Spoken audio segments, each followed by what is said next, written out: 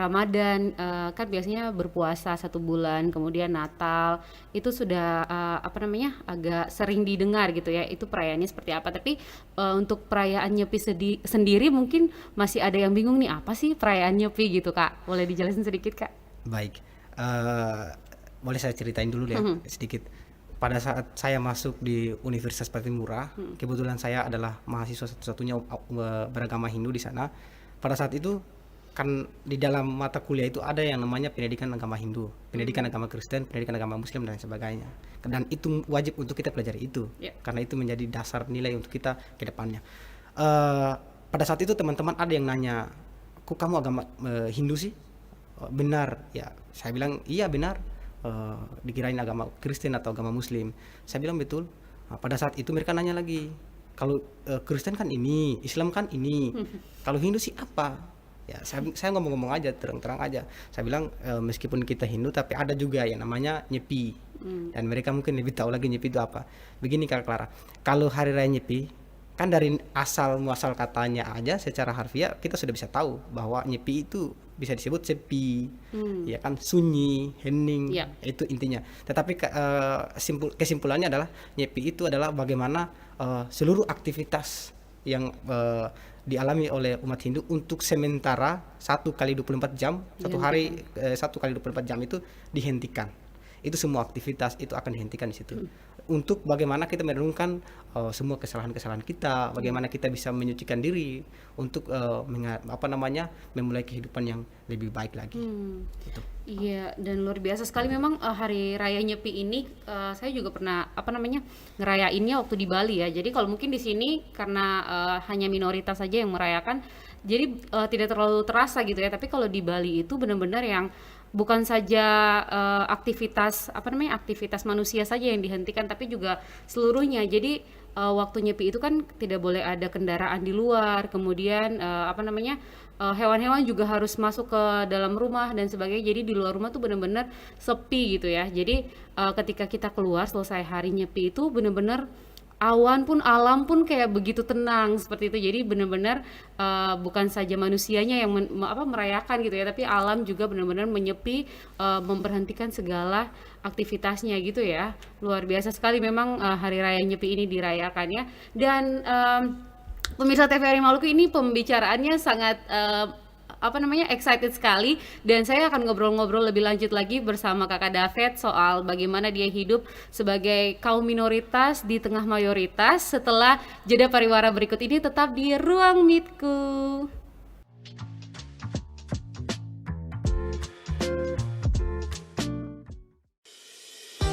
Mulai tanggal 17 Agustus 2021, TVRI akan memulai tahapan analog switch off di 11 kota dan Batam dan akan dilanjutkan secara nasional pada 2 November 2022.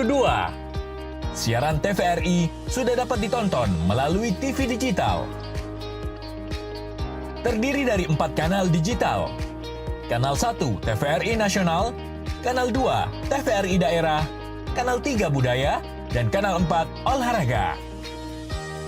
Siaran TV digital dapat dinikmati dari televisi yang telah dilengkapi perangkat digital atau dengan televisi lama menggunakan set-top box. Siaran TV digital memberikan kualitas gambar yang bersih, suara jernih, dan beragam konten secara gratis. Yuk beralih ke digital. TV digital, bersih, jernih, canggih.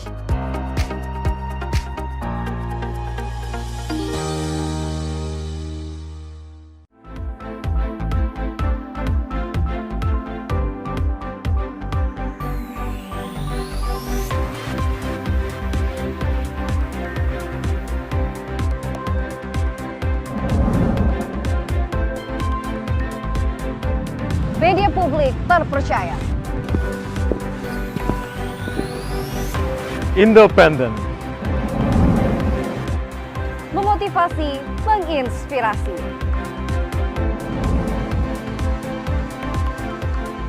berintegritas,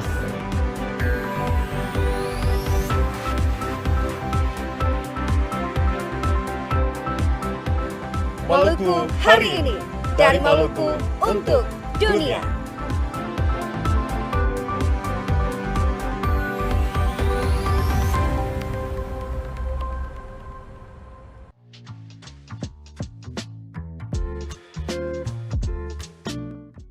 Oke, pemirsa TVRI Maluku, kembali lagi di Ruang Miku, masih dengan topik yang sama. Kita membahas tentang menyepi di kota yang bernyanyi. Astaga, ini tadi segmen pertamanya sangat luar biasa sekali, perbincangan bersama Kakak David, kaum Hindu yang masih menjadi mahasiswa saat ini di Fakultas Hukum, dan luar biasa sekali pengalamannya dia menyepi di dunia, di kota yang bernyanyi ini ya, luar biasa. Dan ini cerita tadi Kakak David sempat menyinggung juga bagaimana Kakak David ditanyakan Hindu itu perayaannya apa gitu ya, pasti juga kayak bingung gitu ya, orang-orang masih mungkin karena sangat minoritas sekali jadi jarang didengar gitu Kak David. Nah, Kak David boleh ceritain sedikit lagi nggak bagaimana sih Kakak David punya pengalaman-pengalaman unik yang tadi kan itu cukup unik ya, ditanyain seperti itu kayak astaga, kamu dari mana aja? Kenapa nggak tahu gitu loh perayaan orang Hindu gitu? Ada lagi nggak Kak pengalaman uniknya seputar Kakak dengan teman-teman yang mayoritas? Oh ya, kalau terkait dengan pengalaman, saya sih pernah mengalami dan teman-teman juga ada yang menanyakan. Karena kita pada saat melakukan nyepi itu adalah bagaimana kita itu menghentikan semua aktivitas yang ada di kita di dalam diri kita. Semisalnya berpergian, ya kan? Karena inti daripada hari raya Nyepi itu ada 4. Ada yang disebut dengan Catubrata. Dalam bahasa Sanskerta disebut Catubrata. Yang pertama adalah Amati Geni, yang kedua adalah Amati Karya, yang ketiga adalah Amati Lelungan, dan yang keempat adalah Amati Lelang Uan. Yang pertama itu Amati Geni, yang mana artinya adalah tidak boleh menyalakan api, tidak boleh menyalakan apapun itu yang bersifat cahaya lah itu. Okay. Terus kemudian juga yang kedua adalah Amati Karya, yang mana artinya adalah tidak boleh melakukan aktivitas fisik apapun itu. Yang ketiga adalah Amati Lelungan, yang artinya adalah tidak boleh berpergian kemana-mana, tetap standby di rumah. 1 kali 24 jam itu saja. Terus dan yang terakhir adalah Amati Lelang Uang, yang mana kita tidak boleh terhibur, tidak boleh happy pada saat hari raya Nyepi itu. Karena ketika kita melakukan happy, kita berpergian, berarti itu tidak sah. Kita melakukan hari raya Nyepi itu. Baik. Nah, pada saat itu pengalaman saya pada saat itu, karena dilarang untuk kita mengaktifkan segala cahaya apapun, berarti handphone pun dimatikan. Ada teman-teman yang sering tanya, kenapa pada saat hari ini HP kamu kok tidak nyala? Temen apa temen Kak? Jangan temen apa gebetan yang nanyain kamu dari mana aja seharian nggak aktif gitu. Mereka kan sering nanya HP-nya. Kalau saya kan HP-nya tidak pernah mati. Kalau di tempat-tempat tiba-tiba mati seharian. Tiba-tiba mati seharian. 1 kali 24 jam lagi. Iya. Jadi itu yang ditanyakan. Setelah itu kan saya jelaskan bahwa kami pada saat melakukan ini ada salah satu ajaran itu bahwa tidak boleh menyalakan api, tidak boleh menyalakan apapun itu. Dan seketika saya pegang HP berarti itu saya terhibur. Yang disebut dengan Amati Lelang Uang tadi, tidak boleh melakukan hiburan-hiburan apapun itu. Dan itu seketika kita melakukan berarti itu dianggap tidak sah. Ngomong-ngomong soal Amati Gening ini Kak ya, Amati Gening ya namanya. Ya. Itu saya pribadi pernah ditegur sih waktu di Bali itu. Jadi waktu lagi nyepi, terus di kosan saya itu, jadi tuh benar-benar kan harus gelap semua ya kan.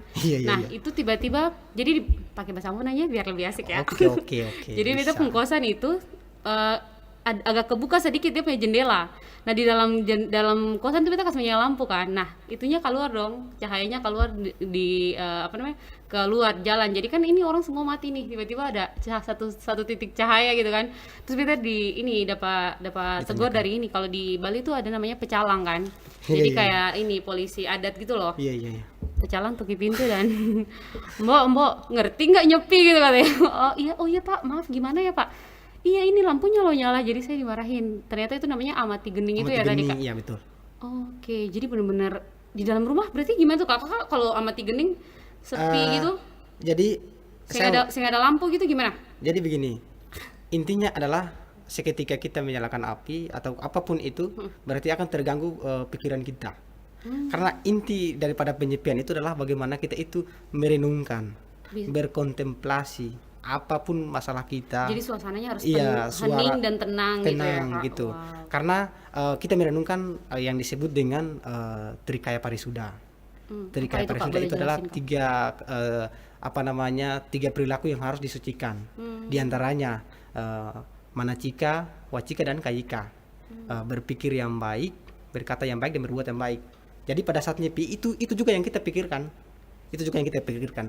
Apa sih yang apa namanya perkataan saya yang buruk-buruk, perbuatan saya yang buruk kepada sesama teman, apakah itu kepada sesama umat Hindu atau sesama umat lain? Apakah pikiran saya pernah buruk kepada sesama teman, perkataan saya dan perbuatan saya kepada teman-teman lain itu buruk. Nah, itu yang kita merenungkan pada saat penyepian 1 kali 24 jam itu. Oke. Jadi Jadi mungkin begini, pada saat Kakak Clara saya penasaran suasana di dalam rumah seperti apa gitu kan, lampu mati, saya bisa pegang handphone, saya bisa ngapa-ngapain. Kakak ngapain sih di dalam rumah?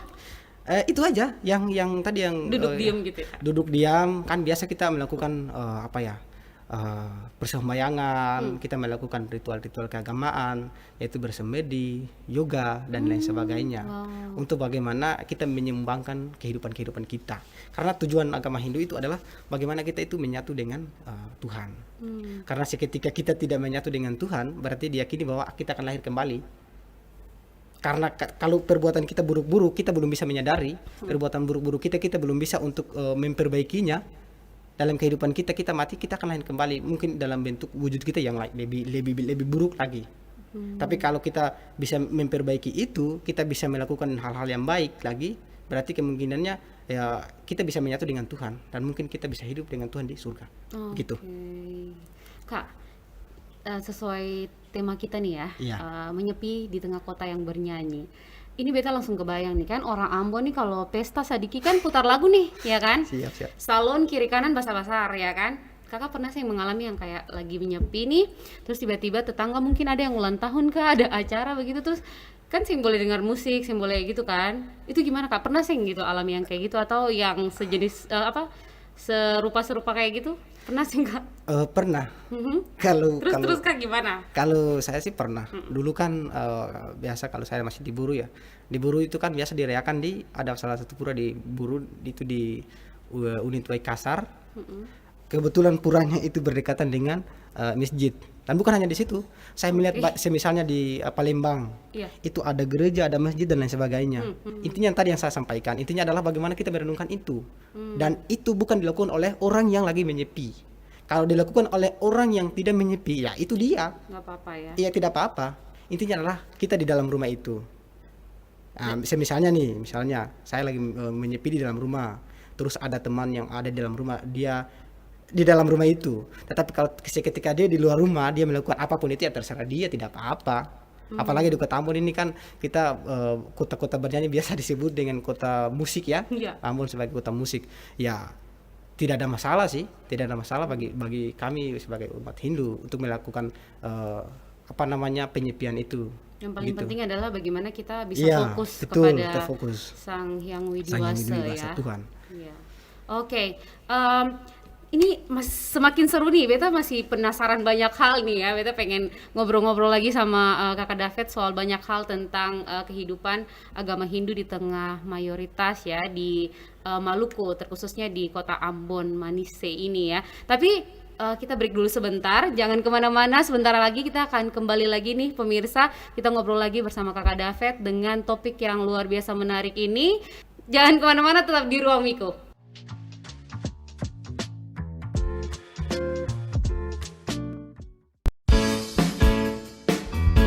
Ingat-ingat pesan ibu, ayo pakai maskermu.